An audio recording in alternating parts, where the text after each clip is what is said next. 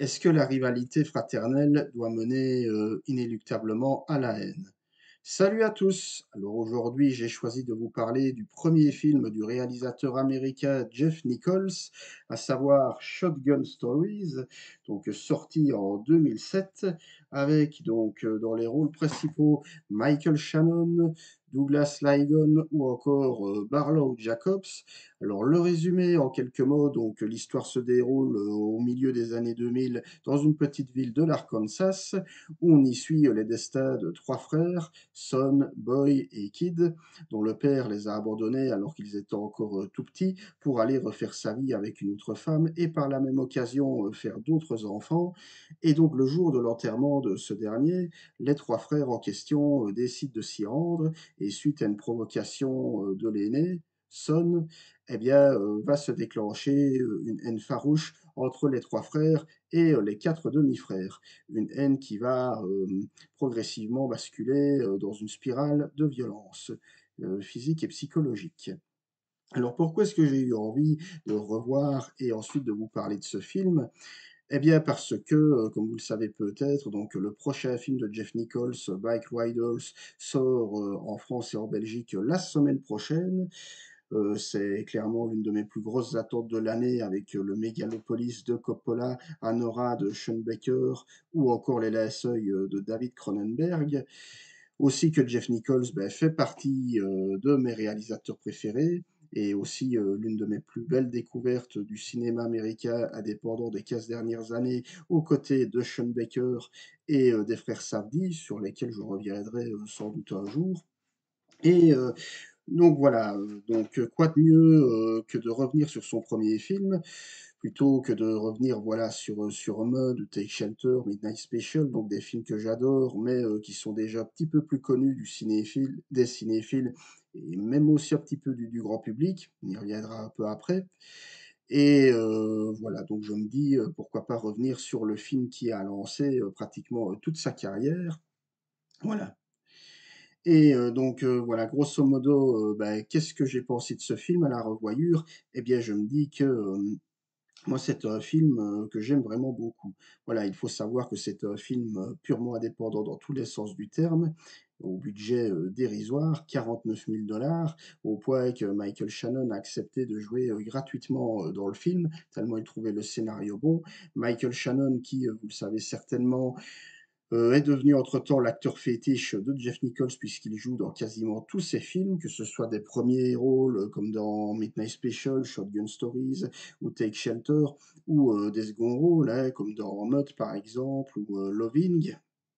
Donc on sent qu'il y a une réelle complicité qui s'est établie entre les deux hommes et qui transparaît à l'écran. Et voilà, donc c'est un film qui prouve qu'avec très peu de moyens, on peut accomplir de très grandes choses. Alors déjà, il faut savoir que le film se présente avant tout comme une tragédie. Jeff Nichols l'explique lui-même. Voilà, c'est une tragédie moderne, en gros, qui se situe voilà, dans l'Amérique profonde du 21e siècle. Et en fait, son objectif à Jeff Nichols, alors, bon, je ne vais pas vraiment spoiler, mais bon, je vais devoir quand même dire quelques détails. Donc voilà, Jeff Nichols, il faut savoir qu'avec ce film, il voulait éviter les codes inhérents à ce genre de film. Donc il ne voulait pas d'une fin violente qui se termine par un règlement de compte final, contrairement à ce que le film, à ce que le titre du film indique, hein, donc Shotgun Stories, littéralement histoire de fusil. Voilà. Et lui, en fait, ce qu'il souhaitait, c'était, voilà, éviter, toute forme de règlement de compte, musclé ou autre. Ce qui l'intéresse, c'est vraiment, la psychologie des personnages et le côté tragique des choses.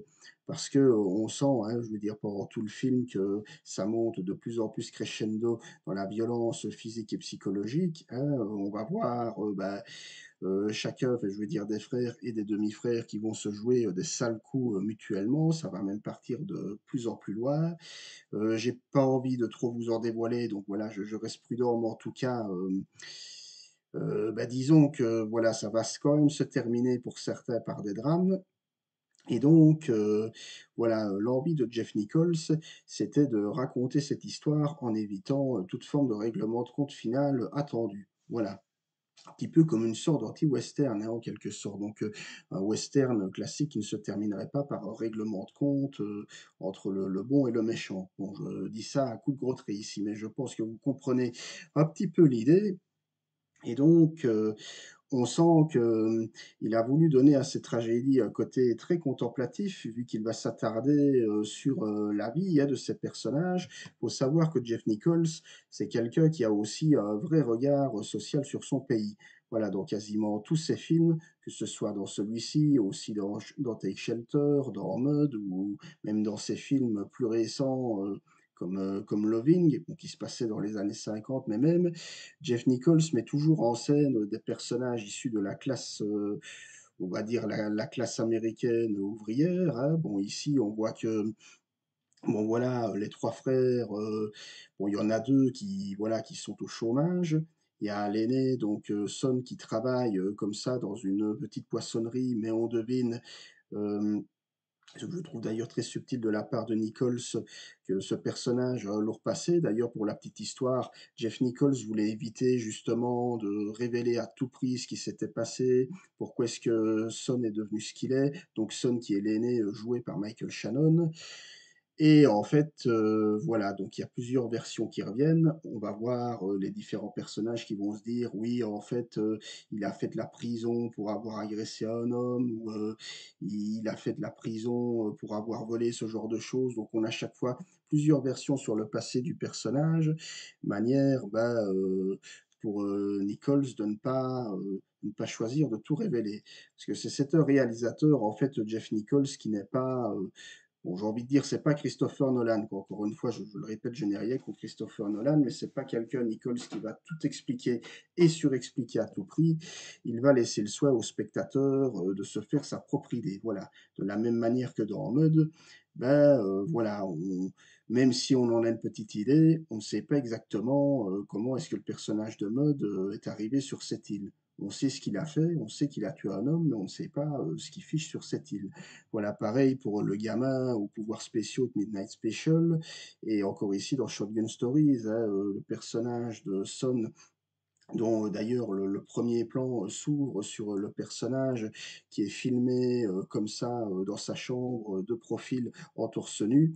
On voit que Nichols va s'attarder sur, son dos qui est couvert de cicatrices provoquées par des balles en caoutchouc.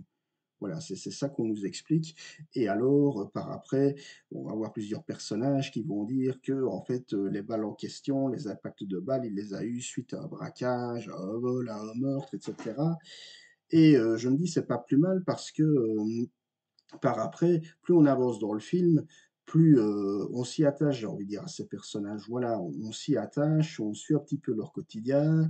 On voit, je vais dire, le deuxième frère, donc Boy, qui lui, de son côté, bon, même s'il est au chômage, il a quand même envie d'aller de l'avant. Il est amoureux d'une femme, il veut l'épouser, il veut fonder une famille. Donc on sent qu'il a quand même des idées en tête. On a l'autre frère, je vais dire, Kit, qui lui est aussi au chômage et qui passe son temps, sa vie même, à enseigner le basket à des jeunes qui le respectent, hein, d'ailleurs.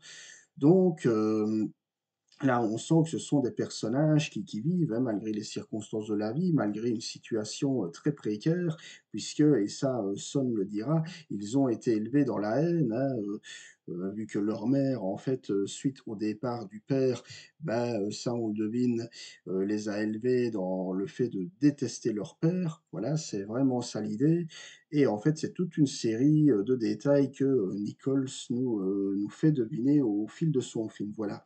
Encore une fois, sans recourir à des flashbacks, sans des explications réparbatives en disant: «Oui, il y a X temps, j'ai fait ça et c'est pour ça que j'ai fait de la prison et machin». C'est pas du tout ce qui l'intéresse. Ce qui l'intéresse, c'est que le spectateur et ça, je le répète, ça vaut pour tous ces films, fasse, le voyage en même temps que le personnage.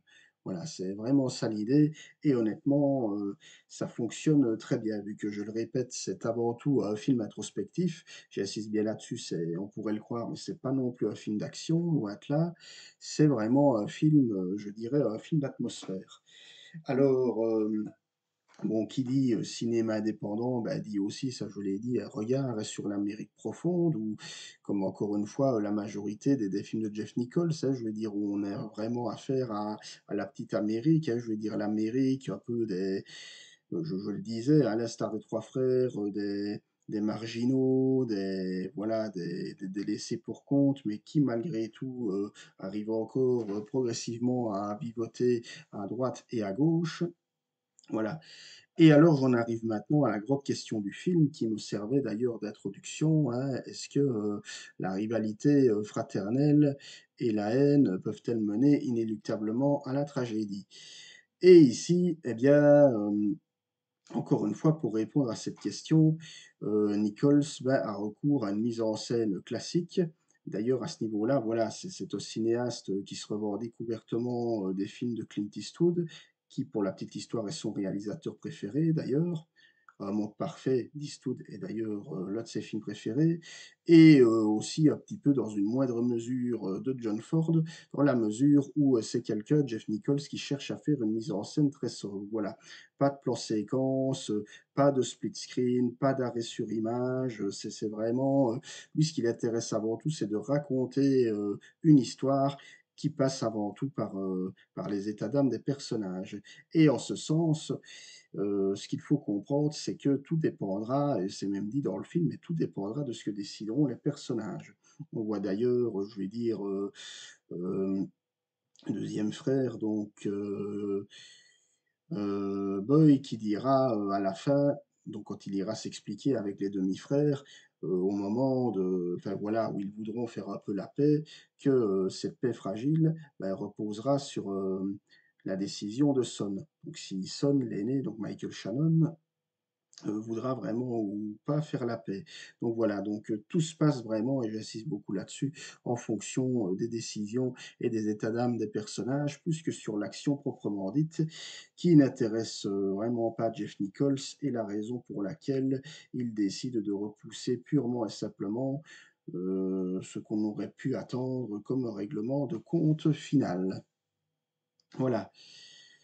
Et donc, oui, je faisais tout à l'heure référence à John Ford, mais voilà, en termes de mise en scène, je le répète, donc très sobre et classique. On va avoir un plan qui va faire penser à celui iconique de La prisonnière du désert où, on va voir, John Wayne, donc je vais dire, en sortant du saloon, qui va être filmé, comme ça, en surcadrage avec les portes, je vais dire, du, saloon qui vont être, ouvert devant lui et bah, Jeff Nichols, quelque part, va rendre hommage, je dirais, à ce plan en nous montrant, Son qui se tient vraiment, je vais dire, devant la porte de sa propre maison et l'image va être filmée de la même manière. C'est une manière de montrer que tout se passe dans la tête du personnage, que ce que l'on va voir dans le film va dépendre, de la décision du personnage, voilà. Encore une fois, une mise en scène sobre, classique, mais très limpide et Nichols aussi qui s'attarde beaucoup sur les très beaux paysages de l'Arkansas. On va voir comme ça je vais dire de très beaux, panoramiques, comme ça, horizontaux sur, bah, à la fois, je vais dire sur les différents lacs donc les différents paysages montagneux, de l'Arkansas, voilà. On pourrait même penser comme ça qu'il y a deux trois allusions au cinéma de Terrence Malick. On va voir Nichols qui va filmer une moissonneuse-batteuse, qui va passer pendant quelques minutes, mais après, il le dit lui-même, bon, même s'il il aime beaucoup les films de Malick, c'est moins Malick, qui l'inspire que Eastwood ou Ford, ou même pas forcément pour ce film-ci, mais pour, Midnight Special ou pour Mud, Steven Spielberg, pour le rapport à l'enfance. Donc, voilà. Alors maintenant, bah, peut-être un dernier mot concernant l'interprétation. Bon, on a, dans le rôle titre Michael Shannon qui à l'époque, bah, commençait tout doucement à percer. Bon, voilà, c'est un acteur, qui vient du théâtre à la base, hein, qui, privilégiait même le théâtre au cinéma et qui est exposé par la suite, hein, notamment grâce au film, Les Noces rebelles, Revolutionary Road de Sam Mendes, où il jouait le rôle d'un voisin, entre guillemets «malade mental», mais qui servait finalement je vais dire d'esprit révélateur, pour le couple formé par Leonardo DiCaprio et Kate Winslet. Et donc Michael Shannon qui ici, livre une prestation absolument, intense où il joue, voilà, Son, donc le grand frère protecteur comme ça, un peu brute et épaisse, qui fait un peu peur à tout le monde, mais qui en même temps est très, tourmenté intérieurement, hein. On C'est un acteur qui joue beaucoup avec son visage, hein, Michael Shannon, donc on va le voir comme ça, très contrarié, avec le visage, très fermé et aussi de temps en temps, un peu triste, quand il voit que, bah, voilà, l'ampleur que la situation, enfin l'ampleur dramatique plutôt que la situation est en train de prendre. On le voit aussi faire preuve de générosité vis-à-vis de ses 2 frères en les accueillant chez lui, aux grand dames de sa femme avec laquelle ça commence un petit peu à battre de l'aile en termes de relations.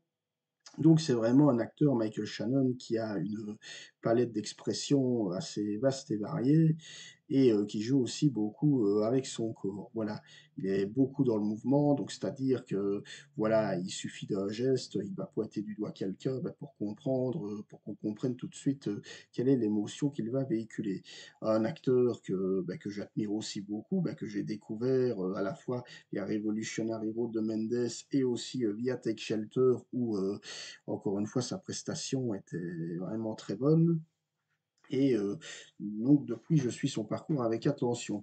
Concernant le reste du casting, eh bien, c'est plutôt bon. Alors, voilà, c'est pour la plupart un casting, amateur ou en tout cas des acteurs, que Nichols a un peu trié sur le volet, hein, ce qui est souvent le cas dans le cinéma américain indépendant, le vrai cinéma américain indépendant, celui qui est vraiment, tourné, au sein de l'Amérique profonde avec, des équipes réduites. Et eh bien, c'est pas mal. Encore une fois, ça donne un cachet très authentique à la chose, d'autant plus qu'aucun des personnages, aussi bien les hommes que les femmes, n'ont un physique parfait, voilà. On sent que c'est même pour certains des gueules typiques du Sud, hein, des vrais gens de l'Arkansas. Et vous commencez un peu à me connaître, hein, moi je il y a rien que il y a rien que j'admire le plus que l'authenticité, même dans un film et donc et qui est un cachet authentique, moi je vous dis pourquoi pas. Voilà. Donc Shotgun Stories, donc 1er film de Jeff Nichols, 1re claque, 1er bijou, donc c'est vraiment un film, que j'aime beaucoup, même si, je dois reconnaître que j'ai quand même une préférence après pour, voilà, pour Take Shelter qui, est peut-être pour moi son meilleur film. Bon, il y a Mud aussi que j'adore, qui était même mon film préféré de l'année 2013. Midnight Special que j'aime beaucoup, enfin, je l'ai dit d'entrée de jeu, hein, c'est mon réalisateur préféré, donc c'est vraiment, un cinéaste qui me tient énormément à cœur et là, je trépigne à l'idée de découvrir Bike Riders la semaine prochaine. Un réalisateur qui, pour moi, jusqu'à présent, n'a fait, pour ainsi dire, aucun faux pas et donc ce Shotgun Stories, pour moi, vaut vraiment le coup d'œil. Ça vous permettra justement de découvrir, bah, à la fois de découvrir Jeff Nichols, hein, si vous ne connaissez pas encore son cinéma et aussi bah, de savoir ce qu'il a amené par après à faire, tout le reste de sa filmographie. Donc voilà tout ce que j'avais à dire sur ce film. Si vous avez aimé cette vidéo, n'hésitez pas à la liker, en parler autour de vous, ça fait toujours plaisir. N'hésitez pas également à me suivre sur mes différents réseaux sociaux, Facebook, Twitter, Instagram, TikTok. Quant à nous, bah, on se retrouvera très vite bah, pour parler de Bike Riders, hein, de Jeff Nichols. On reparlera aussi de Vice Versa 2, qui sort très bientôt et que j'aurai la chance de découvrir aujourd'hui. Et bon, on viendra également, dans les prochaines semaines sur d'autres films. D'ici là, portez-vous bien. Je vous souhaite d'ores et déjà une bonne fin de week-end et une bonne reprise pour la semaine de demain. Ciao, bonsoir, salut!